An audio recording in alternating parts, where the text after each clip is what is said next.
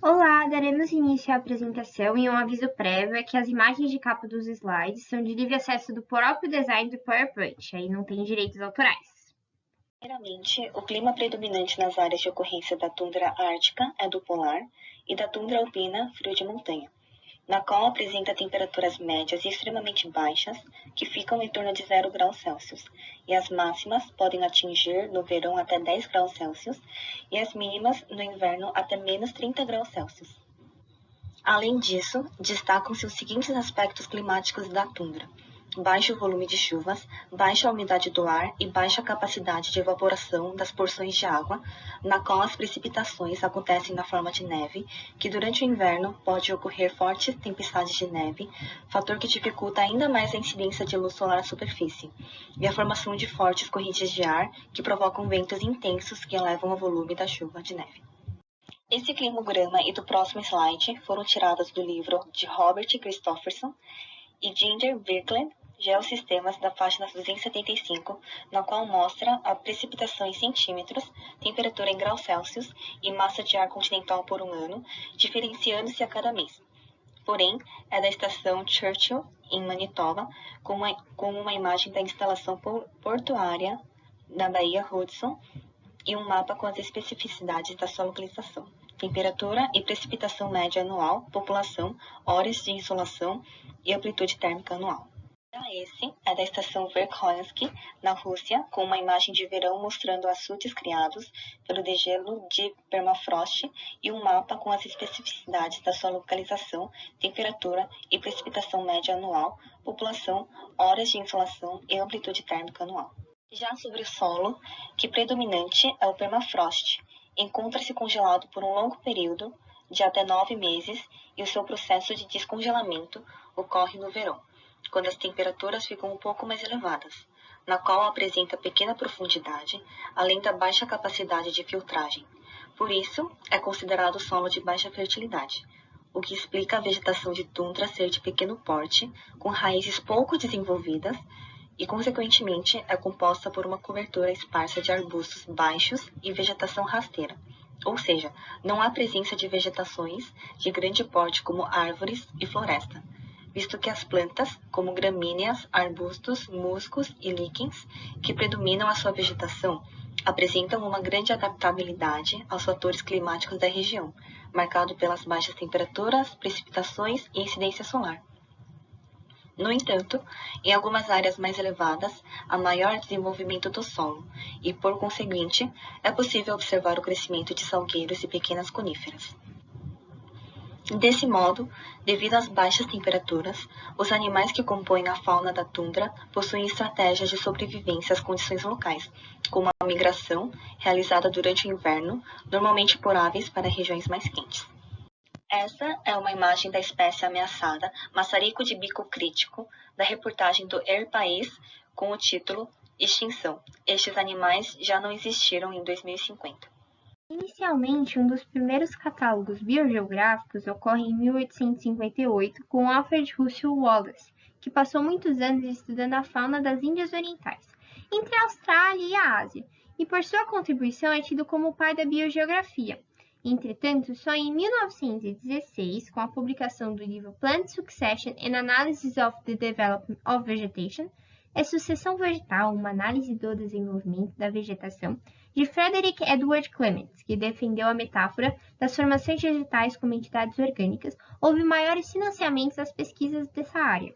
Devido a esses financiamentos, em 1943, denomina-se o termo bioma a uma unidade caracterizada por uma comunidade biótica ou biota relativamente uniforme, geralmente definida com base na formação vegetal dominante. Porém, não há consenso sobre a aplicação do termo, visto que atualmente passam a considerar fatores abióticos, como o clima, e não a vegetação, como determinante à caracterização dos biomas. No entanto, só em 1985 houve catálogos de uma vegetação sem verdura, próxima às montanhas e expressa pela palavra finlandesa tunturia, significa planície sem árvores, que após alguns anos foi denominada tundra pelos satélites Landsat da NASA, o USGS, com a monitoração ártica do Canadá, Alasca e Eurásia Ocidental, que mostrava uma verdura de 38% negativos. Essa é uma imagem tirada da vegetação tundra em Nunavut, no Canadá, do banco de dados da Enciclopédia Britânica por Ghost Bear Shutterstock.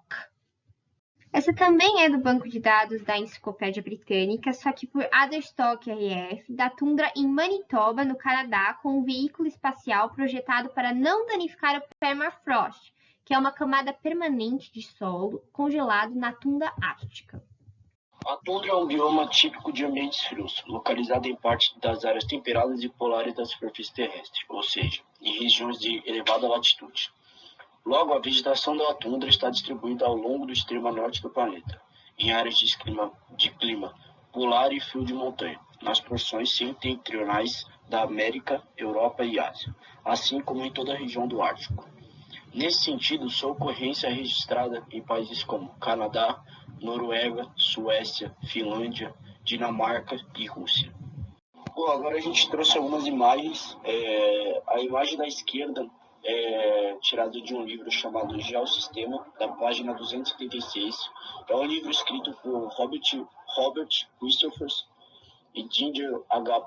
Berkman, em que consiste na definição que em climas polares e de montanha, consequentemente, observa-se o bioma tundra pela coloração roxa escura. Porém, acrescentou-se uma projeção azimutal para uma melhor visualização do banco de dados IBEP, Instituto Brasileiro de Estudos Políticos. Existem dois tipos de tundra. A ártica, que existe em altas latitudes, com cerca de 20.000 km² de extensão, ou em torno de 25% de distribuição territorial, na qual forma um cinturão que cruza a América do Norte e a Eurásia, situada entre os gelos do Ártico ao norte e as florestas de coníferas ao sul. É possível encontrá-la, majoritariamente, no hemisfério norte. Porém, há ocorrência em algumas regiões do hemisfério sul, como nas Ilhas Kerguelen. E alpina, que existe em altitudes elevadas, distribuído no alto das montanhas de vários países classificados de Alpes. Consequentemente, não apresenta árvores devido aos fortes ventos que atingem esses locais. Nesse sentido, a estação de crescimento é de aproximadamente 180 dias, com temperaturas noturnas geralmente abaixo de zero e solo bem drenado. A distribuição climática da tundra ocorre entre 60 e 75 graus de latitude norte, principalmente ao longo da costa ártica da América do Norte, incluindo o norte do Alasca, norte dos territórios do Noroeste e de Nunavut, noroeste do Quebec, norte de Labrador e ao longo das margens da Groenlândia. Na Europa, é encontrado em partes do litoral da Islândia, centro-sul da Noruega e Svalbard, extremo norte da Rússia europeia, nos Alpes envolvendo partes da Alemanha, Áustria, Eslovênia, França, Itália, Liechtenstein, Mônaco, Suíça e nos Pirineus entre França, Espanha e Andorra, nas montanhas Fegres da Romênia e em outros pontos altos da Europa. Na Ásia, é visto em pontos altos da China, como Tibete e Cordilheira Transhimalaia, na fronteira entre China e no Nepal, incluindo o Monte Everest e no litoral da Sibéria. No hemisfério sul, pode ser encontrado em boa parte da Cordilheira dos Andes, em pontos altos da Colômbia e na Terra do Fogo entre o Chile e a Argentina. Essas imagens são comparativas entre a tundra alpina e a tundra ártica. Nas imagens acima, vemos a tundra alpina à esquerda e a tundra ártica à direita. Já nas imagens abaixo, a tundra alpina se encontra à direita e a tundra ártica à esquerda. As imagens referentes à tundra ártica são do Parque Nacional de Mount Rainier, em Washington. Já as imagens referentes à tundra alpina são do Refúgio Nacional de Vida Selvagem do Ártico, que se encontra na Alasca. Nessas imagens vemos uma espécie de carneiro selvagem, conhecida como carneiro de Down. Bom, a tundra ela está sofrendo diversos tipos de ameaças, né? O aquecimento global é uma das principais delas, devido ao aumento da temperatura que derrete as geleiras e o permafrost, alagando as áreas do entorno e matando as espécies de plantas da região. E também determina uma rápida invasão de árvores nessas regiões árticas que prejudicam o ecossistema local. A extração de petróleo e minerais também podem ser muito nocivas, visto que liberam perigosos gases e materiais contaminantes durante a exploração. Um exemplo é as minas de níquel da Rússia, que prejudicam várias espécies do ecossistema. assim como as partículas de poluição que, reunidas em nuvens espessas, podem ser absorvidas pelas plantas, na qual contaminam a fonte de alimento aos animais da região. Ou também a liberação de clorofluorcarbonos, que esgota a camada de ozônio e expõe raios ultravioletas prejudiciais. Desse modo, aproximadamente 67 espécies de mamíferos ocupam terras árticas durante todo ou parte do ano, no qual estão em estado de ameaça, como o lobo cinzento euroasiático e wolverine vulnerabilidade, e a raposa do Ártico em perigo de extinção. E aproximadamente 200 espécies de aves, representando 2% da diversidade aviária global, passam pelo menos uma parte do ano no Ártico, na qual viajam grandes distâncias até o inverno, em regiões mais quentes do mundo, e podem ser afetadas adversamente por ameaças nos dois extremos de suas rotas de migração. São exemplos de aves as populações de maçarico de bico crítico, que estão em grande perigo de extinção iminente, com um número de menos de 1.000 indivíduos, e essa espécie só se reproduz em áreas limitadas do extremo oriente russo. Esse aqui é um esquema do banco de dados da GREENME, de classificação da lista vermelha da União Internacional para a Conservação da Natureza. Os critérios dessa classificação incluem a taxa de declínio da população, entendida como o número de indivíduos por espécie, o tamanho e distribuição da população, a área de distribuição geográfica e grau de fragmentação. Como já foi falado, é possível observar no slide as espécies citadas: o lobo cinzento euroasiático e wolverine em vulnerabilidade, a raposa do Ártico em perigo de extinção e o maçarico de bico crítico em um perigo ainda mais preocupante.